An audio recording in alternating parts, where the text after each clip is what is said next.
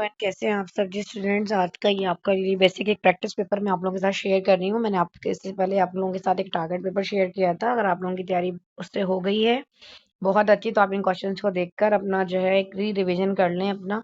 इंशाल्लाह अज़्ज़ा वजल आपकी बहुत अच्छा पेपर हो जाएगा। ठीक है, अभी थोड़ा सी बहुत इंपॉर्टेंट डिस्कशन है वो भी आपके साथ करूंगी। सेट एंड फंक्शन से आपने डी मॉर्गन की तैयारी बहुत अच्छी सी करनी है। और ये सेट्स वगैरह थे ना, आपको नेचुरल नंबर, होल नंबर और इंटीजर्स वगैरह यूनिवर्सल सेट है, आपको सेट बिल्डर फॉर्म में भी मिल सकता है। ठीक है, सेट बिल्डर फॉर्म आपको पता है ना, नोटेशंस होती हैं, सिंबल्स होते हैं, उसके अकॉर्डिंग आप पहचानेंगे और फिर अपना यू का सेट बनाएंगे, यूनिवर्सल सेट बनाएंगे, देन आप फिर पुटअप करेंगे इसके अंदर पूरा कुछ। यहाँ पे कॉम्यूटेटिव प्रॉपर्टी है, कुछ एसोसिएटिव है, कुछ डिस्ट्रीब्यूटिव वगैरह अगर दे दूं वैसे जैसे कि आपको नजर आ रहा है फर्स्ट वाली जो है ये आपके पास डिस्ट्रीब्यूटिव प्रॉपर्टी ओवर यूनियन है, ओवर इंटरसेक्शन है। ठीक है, इस तरह आपको प्रूफ करना है लेफ्ट हैंड साइड को राइट हैंड साइड के इक्वल। ठीक है, इस तरीके से। अब ये कुछ मैंने सिर्फ इंपॉर्टेंट सिर्फ बेसिक क्वेश्चंस आपको दिए हैं, जो स्टार्टिंग का क्वेश्चन नंबर 1, क्वेश्चन नंबर 2 और क्वेश्चन नंबर 4 है। ये प्रैक्टिस के लिए दिया हुआ है ताकि आपको कॉम्प्लीमेंट का पता हो कि कॉम्प्लीमेंट कैसे फाइंड करना होता है। मेन क्वेश्चन नंबर 3 और 5 इंपॉर्टेंट है, जो कि डी मॉर्गन लॉ है। ठीक है, नजर आ रहा है आपको, ऐसे आपने इसकी तैयारी करनी है। फिर आ जाते हैं हम वेरिएशन पे।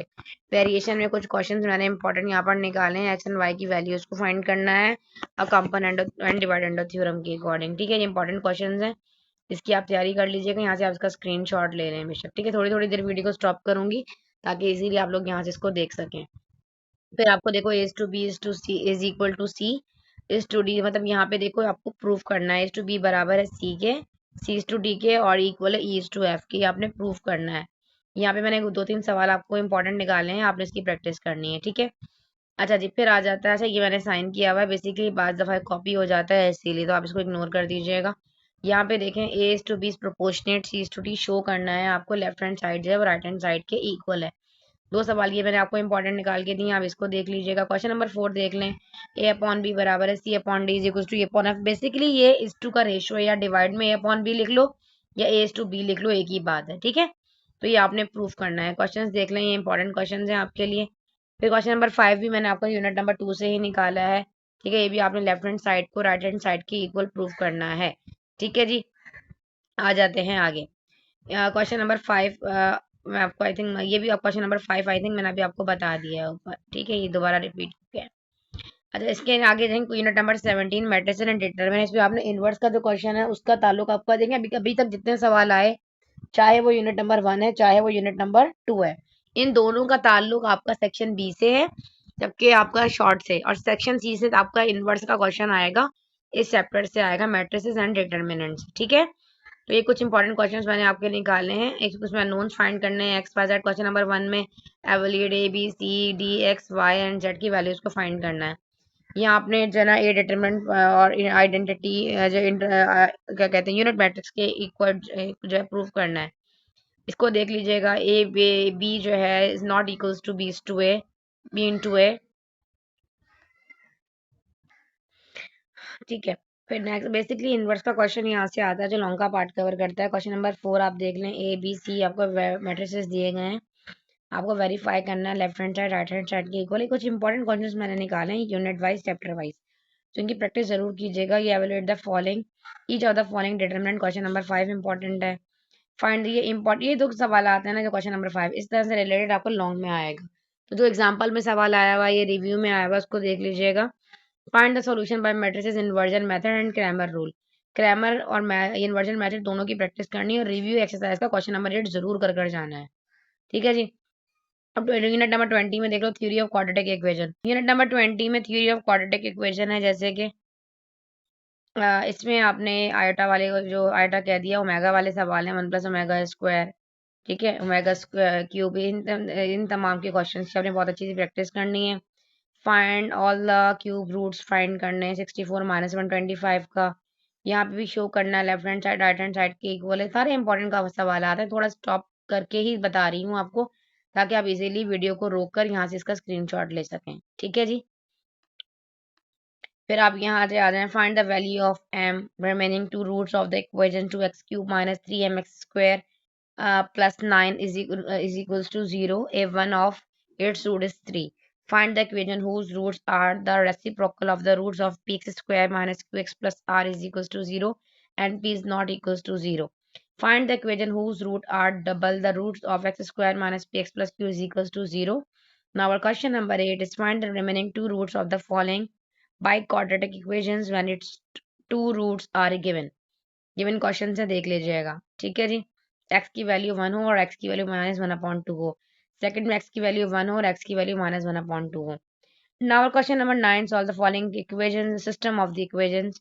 ये दी गई है 4 से 5 सवाल मैंने निकाले थे, 6 बल्कि आपके, इसको जरूर देख लीजिएगा, ठीक है।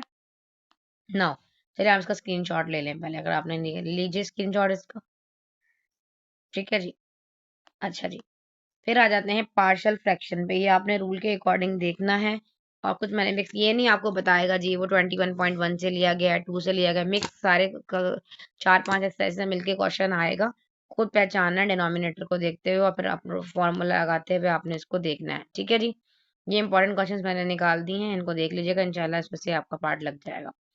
फिर आ जाता है यूनिट नंबर 22 में बेसिक स्टैटिस्टिक्स में। इसमें आपने बेसिकली मीन, मीडियन, मोड को आपने ग्रुप डेटा, अनग्रुप डेटा से भी करना है और अनग्रुप डेटा से geometric mean, harmonic mean, variance and standard deviation करना है। क्वेश्चन नंबर 5 पेज नंबर 173 पे देखिएगा।